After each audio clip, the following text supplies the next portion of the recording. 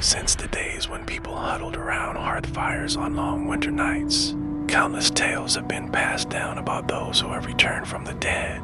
These are not merely ancient legends, but chilling warnings about meddling with the natural order of life and death.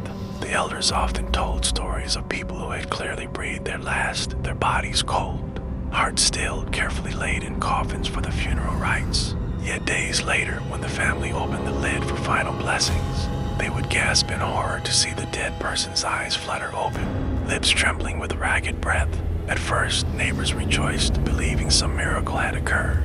But before long, joy gave way to an uneasy dread. Those who returned often sat for hours, staring blankly at nothing as if listening to whispers no one else could hear, spoken from a realm far beyond. Darker legends tell of sinister sorcerers who performed occult rituals to lure souls back into their cold, lifeless vessels. They would spill animal blood, inscribe ancient runes upon the ground, and chant forgotten incantations in lost tongues. Sometimes, their rites worked. The corpse would twitch, then slowly sit up, eyes opening to reveal a vacant, haunting stare. But what rose in that body was rarely the person once loved.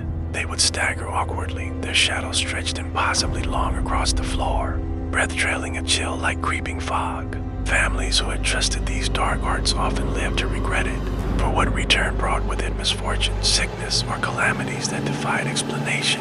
Today, science dismisses the notion of resurrection, labeling such stories superstition, hallucination, or embellishments built around rare medical phenomena. Yet somewhere out there, in the dark of night, when dogs howl long and mournful by abandoned graveyards, it's hard not to shiver at the thought, could someone right at that moment be opening their eyes and drawing breath again, returning from death with secrets the living were never meant to know?